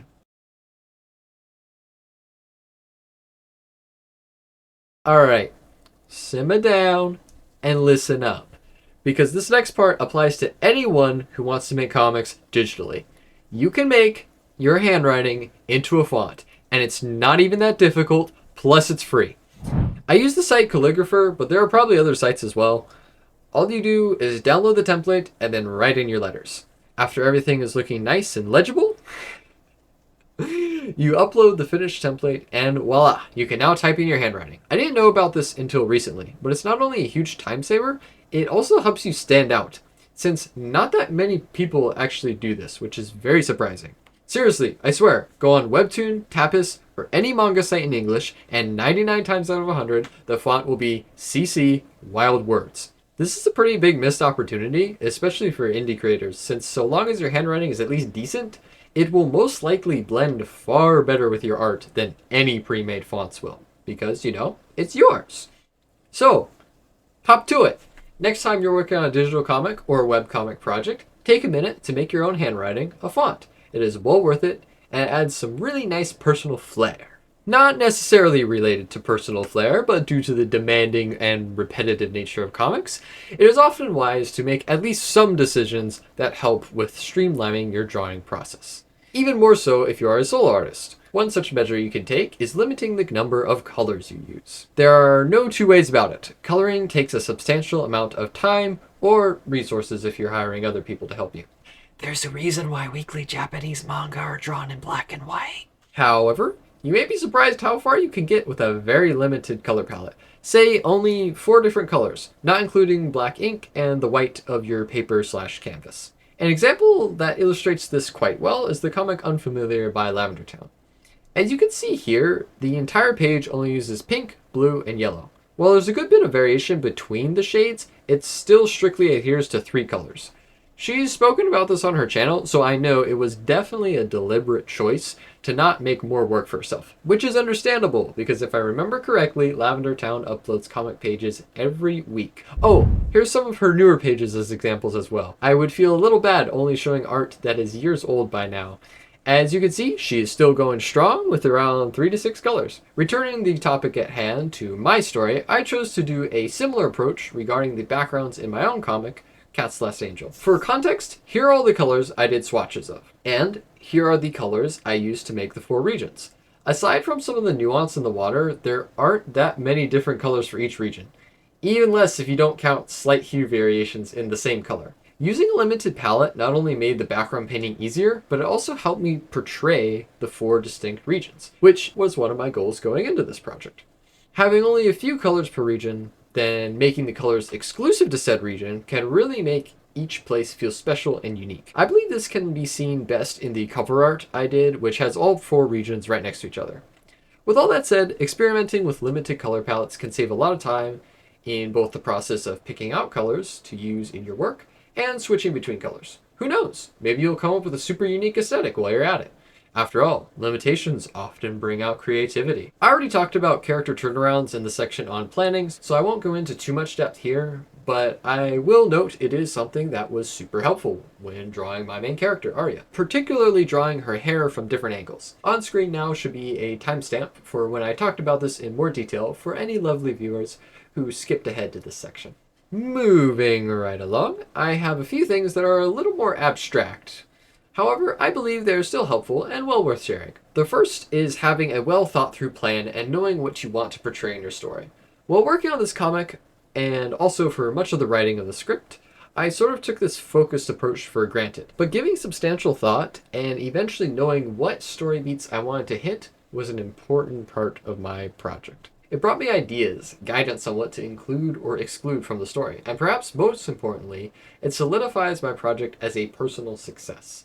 Since I can look back on it, and whatever critical thoughts I may have, I can always think, no, I wanted to have a sword fight, a train, 4 distinct regions, and the main character leaving the train behind. And I did all of those things, which is something to be proud of.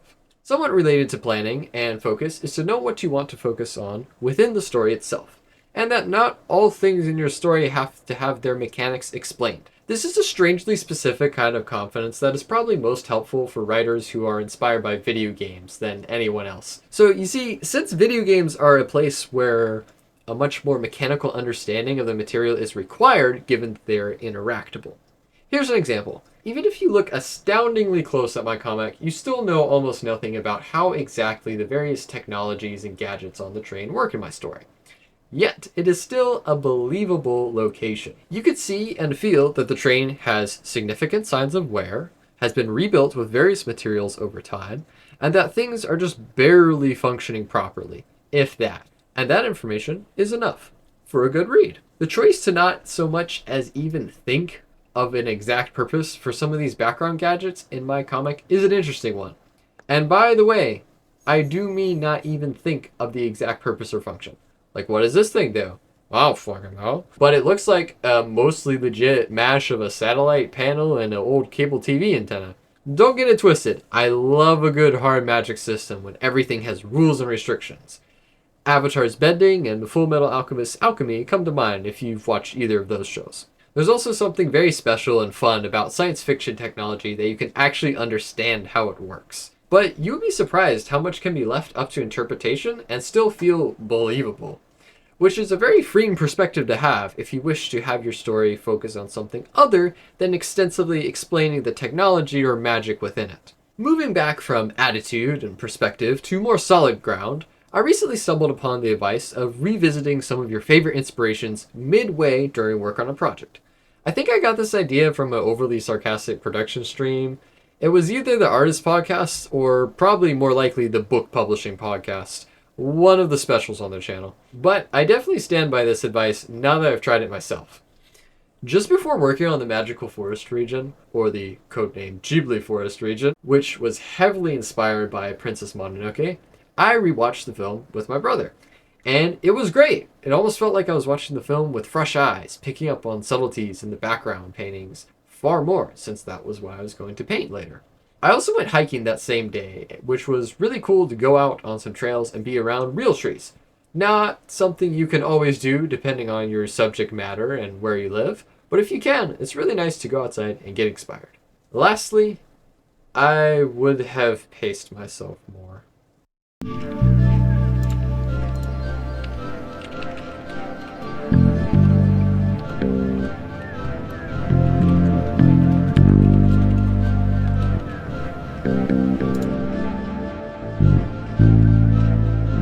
The reason I put this section in is that I've had hand issues the past 6 months or so, and for a while I was not able to draw at all.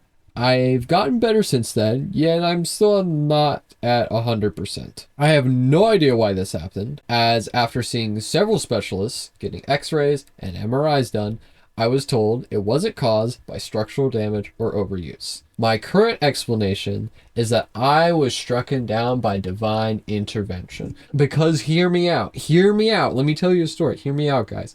I was going to start work on short film animations immediately after finishing my comic. And having my hands give out on me meant I was forced to wait. It was during this time where I was forced to wait that I was also made aware of a new course by Howard Wimshurst on the business of animation. So naturally, I bought it along with all the other courses while they were on sale. Apologies to anyone watching, as the opening sale is long gone by now. So essentially, I have been placed, not at all of my own volition, in a situation where I get to pick up on insights and talk to someone who has 12 plus years of animation experience before I even start. And right around the time that I finish the business part of the course and need to move on to more hands-on practice and less intellectual studying, guess what? My hands start consistently improving. I don't know, man. Say what you will, but I refuse to believe that my mind or my body has eyes and levels of foresight to be planning on this level. At the time, it really, really sucked not being able to work on any of the things that I wanted to. But looking back, holy shit, does everything just line up so well. So, I was struck down by a higher power and forced to go on a training arc. That's the story, and we're sticking with it. Now that story time is over, I do have some information that is very important to you. Yes, you, person watching my video. Alright, so listen up.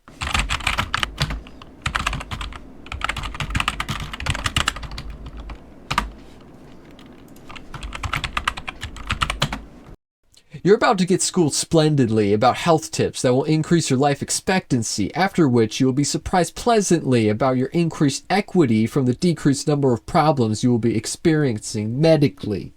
First up, I would like to talk about hand and wrist stretches, which are very important for us artists who tend to use our hands every day and basically all day. Do note that I am in no way a person who attended medical school. I am not a medical professional or practitioner. However, all of the stretches I'm going to show you, I learned from doctors, and I personally find them helpful, and they've been very beneficial to me, so I'm going to share them with you. First is this stretch, which is very helpful for all of the tendons and nerves on the bottom of your wrist.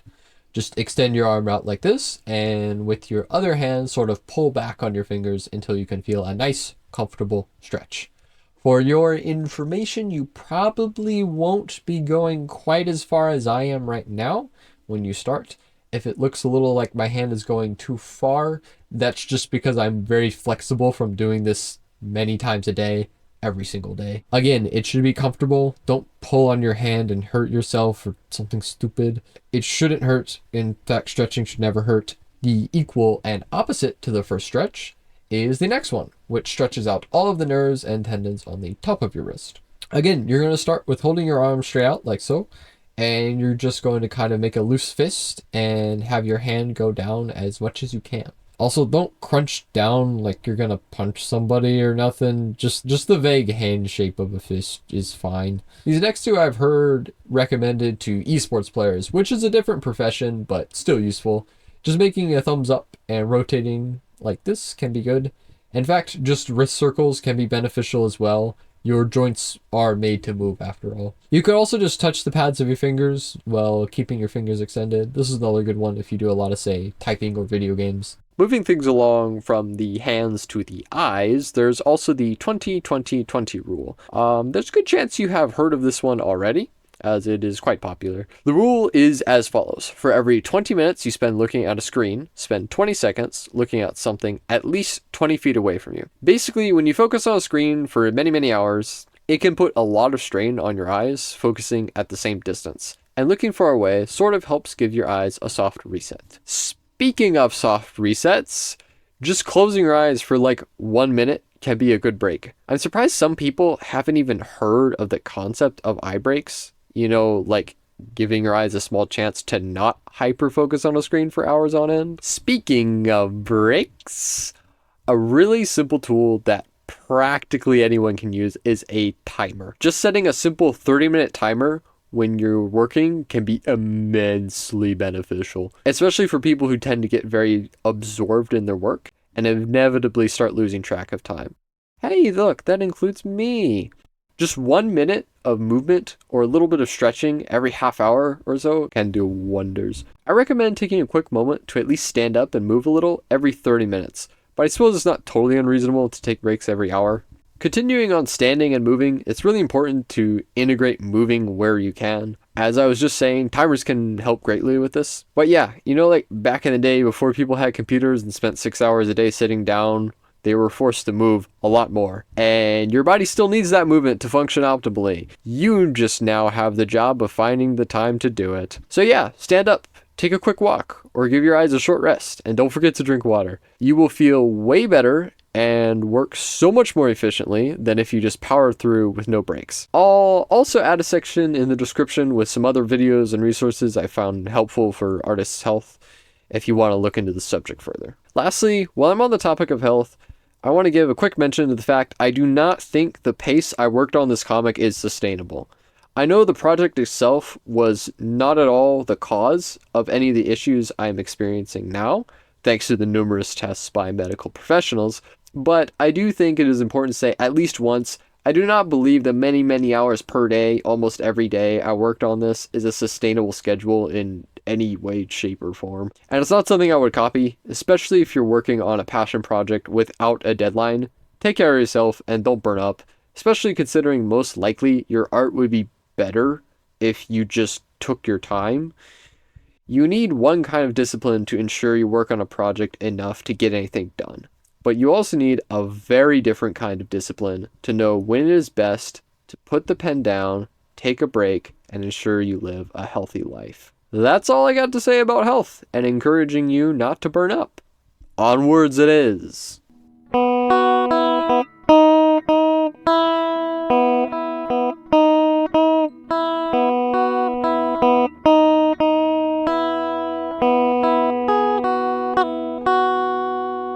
Well, I said the story was to be submitted for a competition, right?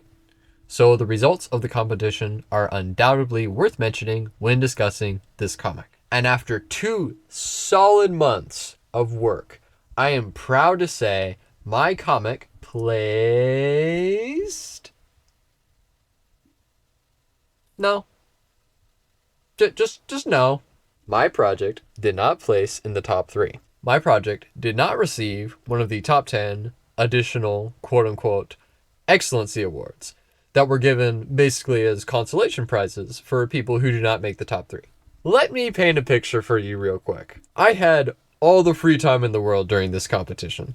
I was working what may very well have been just as much as a full-time job on this project. On top of that, I've been studying and drawing comics for several years now. With this level of dedication, I thought I had this completely in the bag. Like, easy first place. I thought at least top 3, right? It did not even cross my mind that I might not place top 13. First, second, and third place, plus the 10 consolation prizes. As you can imagine, with this level of confidence, and making this my main goal in life for the odd 2 months, once I saw the winners announced, the disappointment hit pretty damn hard.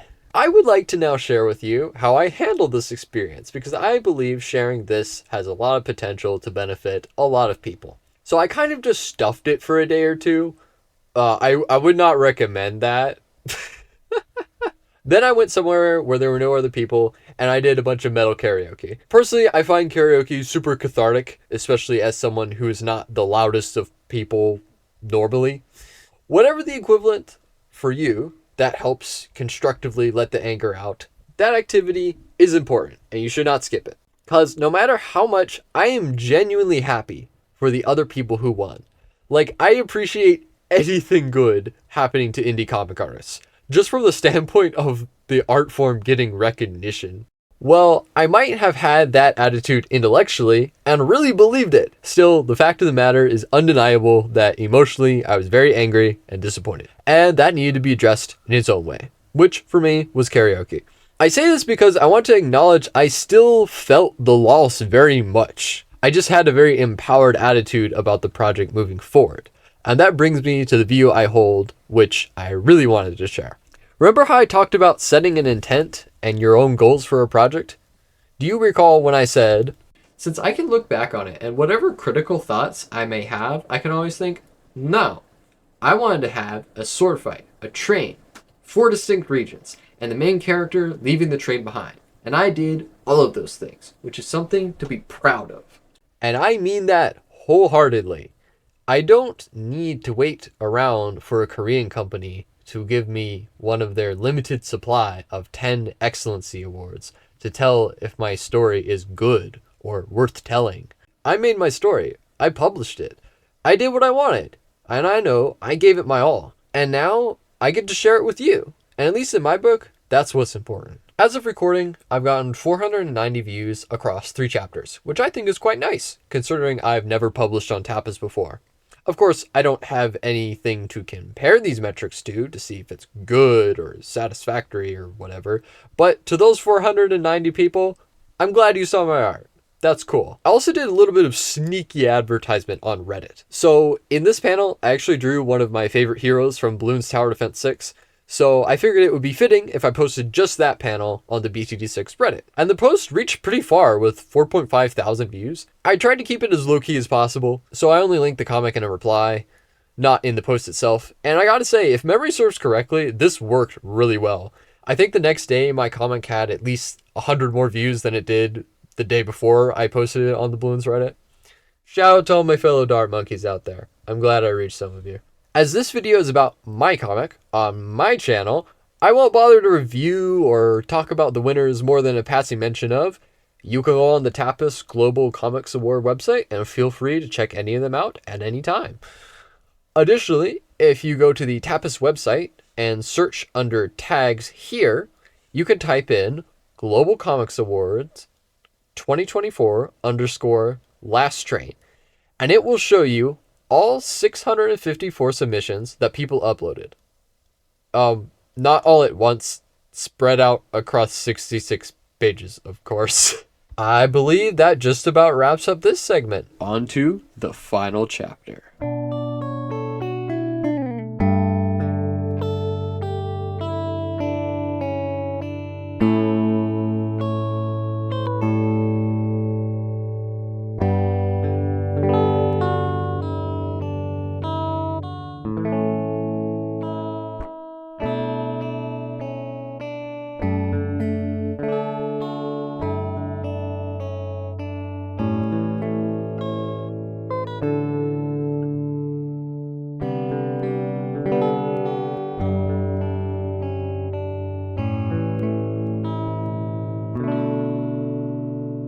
Congratulations, you made it to the last segment of the video.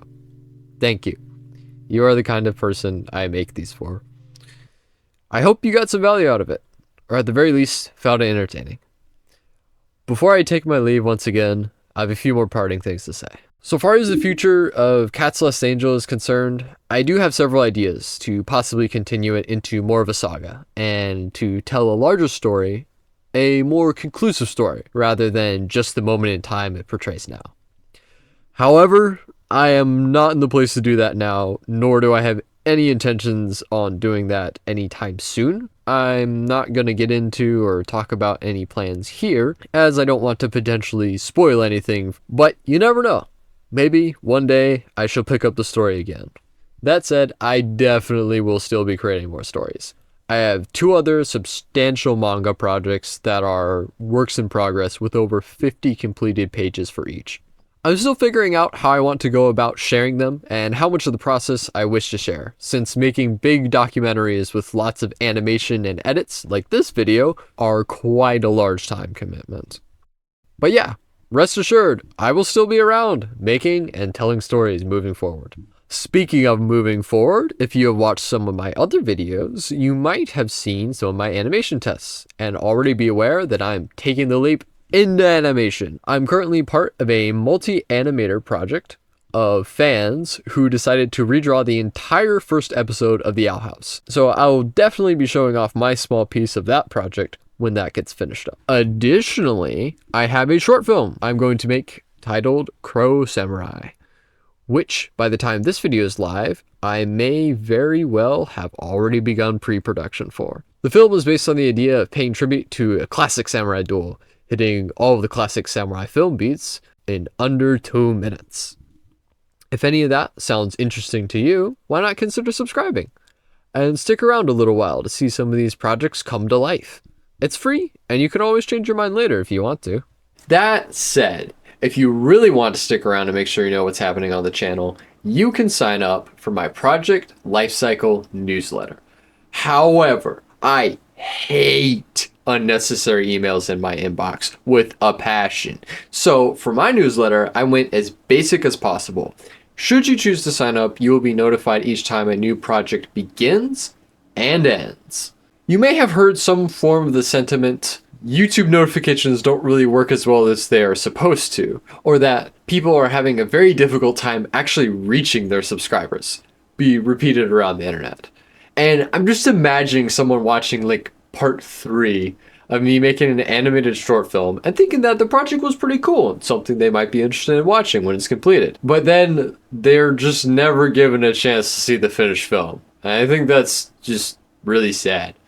So this is my personal solution. You can get notified when a new project is being cooked up and when an existing project is fresh out of the oven. Then it is up to you to decide how closely you want to follow its development. Whether that means looking for every piece of work in progress documentation humanly possible, or just chilling until the project is finished. If you are interested, you can sign up on my website. Again, this is also completely free. You can always change your mind later if you really want to. Last but not least, I now have a Ko-Fi page where I accept donations. I think it's important to at least have the option to allow people to directly support creators they enjoy, especially since you quite literally can't with a lot of broadcasts. I'm not saying that the solution to all of our problems is that big companies like Netflix should add a tip jar or anything, just that I think it's important to have the option for those that wish to support a channel financially, you know, to help see more of these kinds of videos in the world. I think that's about all I have for you. I hope you were inspired, learned something new, or at the very least, I made you laugh. Thank you so much for watching, and until we meet again, bye!